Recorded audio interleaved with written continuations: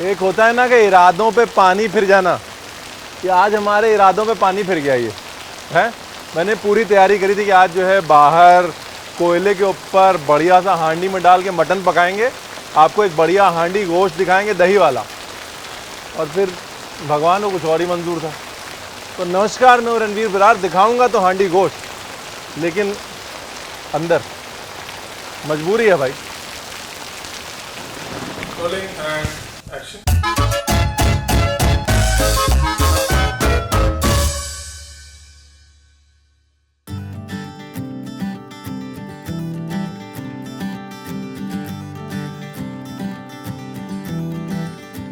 ये लो जी, किस्मत ने हमारे अरमानों पे पानी फेरा। इसका मतलब ये थोड़ी ना है कि डिश नहीं बनेगी। हांडी रेडी है, आग अंदर हमने लगा दी है, मतलब आग हम अंदर ले आए हैं। चलो जी शुरू करें फिर। तो दही मटन बनाने के लिए हमको चाहिए दही और मटन, और ऊपर ये जो बारिश की आवाज़ आ रही है छत के ऊपर, वो भी चाहिए साथ में। आ रही है ना? बस कुछ नहीं है, प्याज फ्राई करना है। प्याज फ्राई करके एक मैरिनेशन बनाना है दही का, सारा मटन उसके अंदर डालना है और फिर डाल देना है हांडी में, बस हो गया। सबसे पहले हांडी को ना हम लोग तेल पिला लेते हैं। सॉरी, तेल कैसे पिलाएंगे? ये तो रणवीर बरार की कुकिंग है ना, यहाँ पे तो घी पिलाया जाएगा। तो जी सबसे पहले इसको पकाना है। पहली बार यूज़ कर रहा हूँ ना।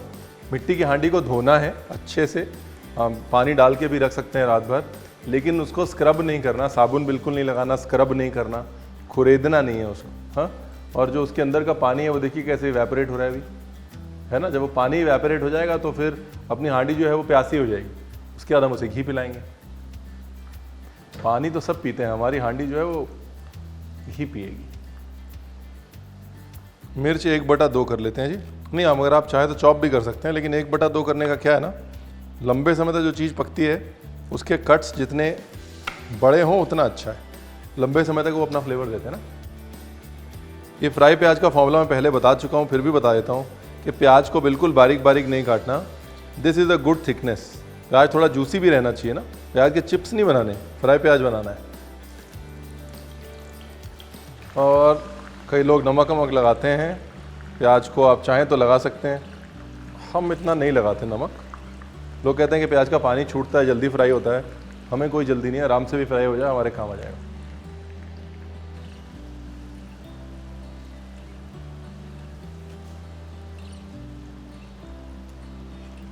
बारिश की आवाज़ सुन रहे हैं?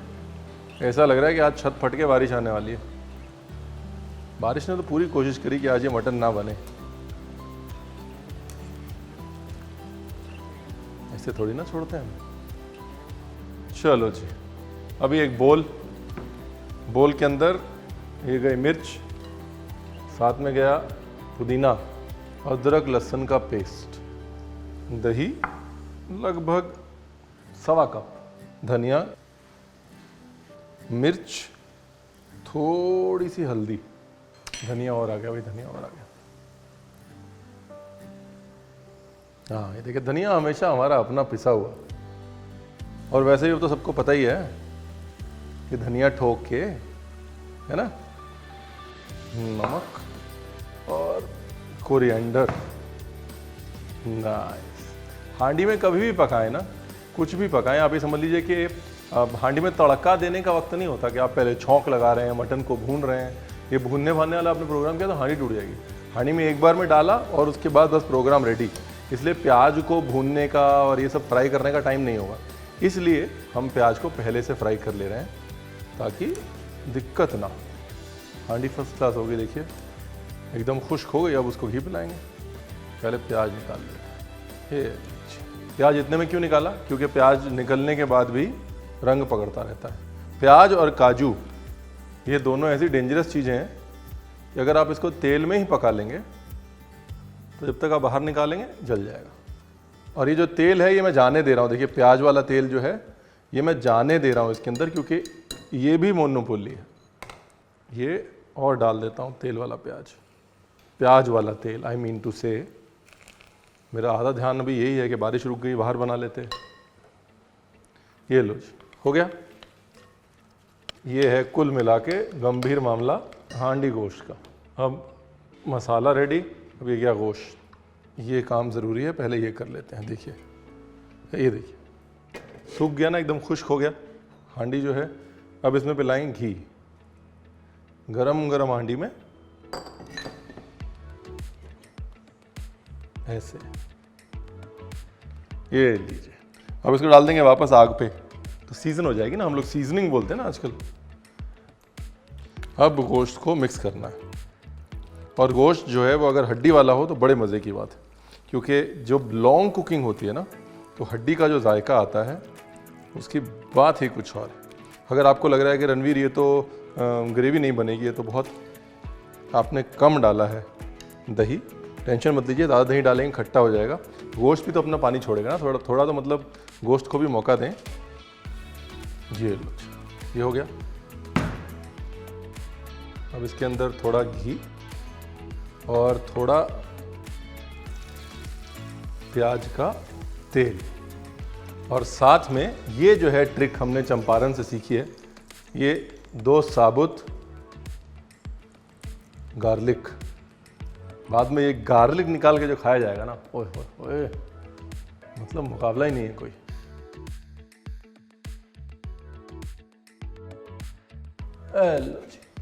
अभी जो है ना घी जो है ना फर्स्ट क्लास गरम हो गया है, पी लिया है मतलब घी। अभी क्या करना है? कुछ नहीं करना है। इस गरम गरम घी में फटाफट से आके देखिए, फिर इस गरम गरम घी में जाएगी ये सूखी लाल मिर्च, तेज पत्ता, दालचीनी। मज़ा आ गया। ठीक है, लाल मिर्च को दाग देना है, मतलब पकने देना है उसको, जलेगी थोड़ा, अच्छा है। अब इसके बाद गया इसमें हमारा मटन।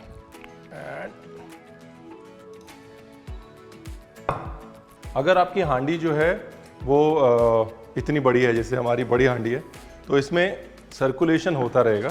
अगर आपकी हांडी छोटी है तो एक काम ज़रूर करें, याद से करें, अच्छे से करें कि गोश्त को बीच में निकाल के और चला लें, ताकि गोश्त जो है वो नीचे ना लगे। ठीक है, अब इस हांडी के ऊपर आप ढक्कन लगा के और छोड़ देंगे, लेकिन साथ में उससे पहले मैं आटा लगा देता हूँ, ताकि धीरे धीरे दम होगा ना।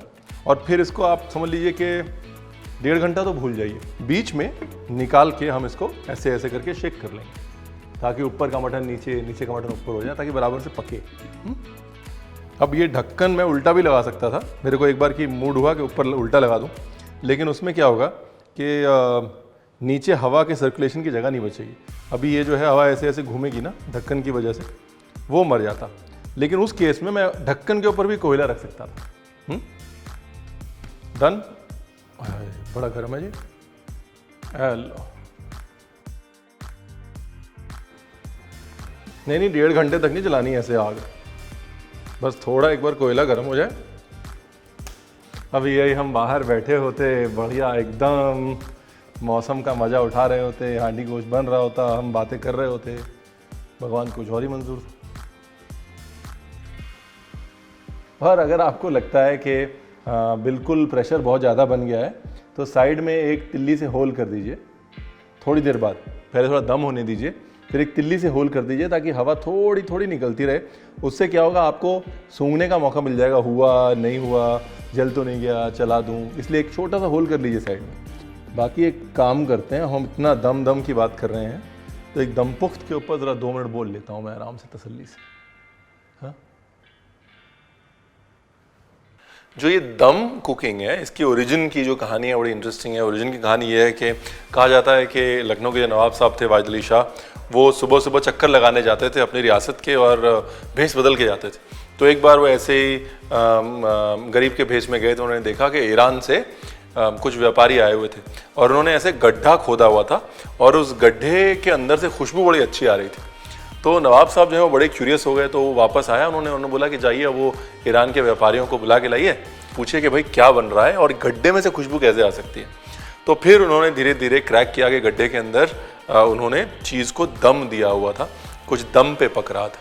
फिर वो दम कुकिंग कहते हैं इस तरह लखनऊ में आई, और फिर लखनऊ ने उसको परफेक्ट किया। और परफेक्ट करने के लिए लखनऊ ने परफेक्ट किया शेप ऑफ द वेसल, क्योंकि दम कुकिंग की जो साइंस है वो है साइंस ऑफ रोटेशन, यानी कि कन्वेक्शन की तरह गर्म हवा जो हांडी के अंदर घूमती रहनी चाहिए, उसी को दम कहते हैं, राइट। और दम तभी दुरुस्त होता है जबकि वो दम टूटे नहीं, यानी कि वो हवा गर्म ही रहे, इसलिए नीचे ऊपर दोनों तरफ कोयला डाला जाता है। तो while the Persian merchants might have given the idea of dum, I think the perfection of that idea happened in Lucknow, and it happened through the shape of the utensil. अच्छा, यहाँ पे ध्यान क्या रखना है? ध्यान ही रखना है कि हांडी के नीचे ठोक के कोयला नहीं डालना, कि मतलब आपको लगे जल्दी जल्दी हो जाएगा, 15 मिनट में काम खत्म। जितना वक्त लगना है उतना लगना है। आप कोयला ज़्यादा डालेंगे या ज़्यादा कोयले को गर्म करेंगे तो फिर क्या होगा, या तो नीचे लग जाएगा या हांडी फट जाएगी और आप कहेंगे ठीक है ये अपना मामला जो है रेडी हो गया। ये एक बार कोयले को देख लें, हाँ ऐसे बुझा हुआ कोयला होना चाहिए। और ये जो साइड में होल किया है, इससे पता लग जाता है कि अंदर का मामला तैयार हो चुका है।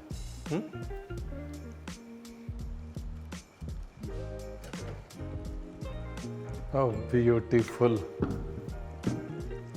देखो जी, देखो देखो, पास आके देखो, ऐसे थोड़ी समझ में आएगा आपको। हाँ ये देखो, नाइस।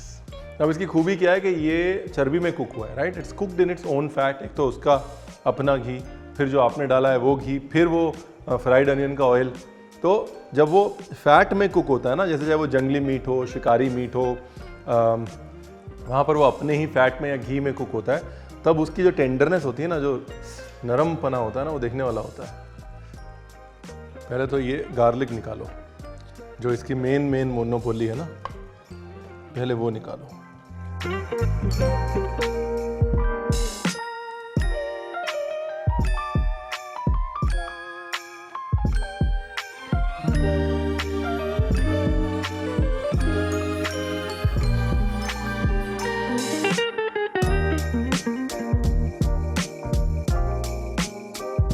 नॉर्मली मैं आपको ललचाता हूँ, आज मैं खुद ही ललचा रहा हूँ, क्योंकि आज मैं नहीं खा सकता। भैया मंगलवार को नॉनवेज मत बनवाया करो, बहुत नाइंसाफ़ी है ये। आज नहीं चिढ़ा सकते हम आपको खा के, लेकिन सूंघ के ये ज़रूर बता सकते हैं कि ये जो आइटम है ना, ये बम बना है, आइटम बम। तो बनाइएगा ज़रूर। और ये बहाना नहीं चलेगा रणवीर हांडी नहीं है, मतलब कुकर में भी बना सकते हैं सेम चीज़। गैस स्लो करिए, कुकर में सब कुछ मिक्स करके डाल दिए, धीरे धीरे पकता रहेगा। या फिर डच अवन है, अगर आपके पास कैसरोल है, ऐसा कुछ है अगर, तो इसके अंदर डाल के सील बंद करके इसको ओवन के अंदर डाल सकते हैं। ये बहाना भी नहीं चलेगा, ठीक है। ये ही बहाना चलेगा कि रणवीर हम नॉनवेज नहीं खाते, तो फिर वो बहाना जो है वो जेन्युइन है, फिर मैं कुछ नहीं कर सकता। लेकिन आपने नॉनवेज ना खाते हुए अभी तक रेसिपी देखी, कमाल की बात। Thank you very much.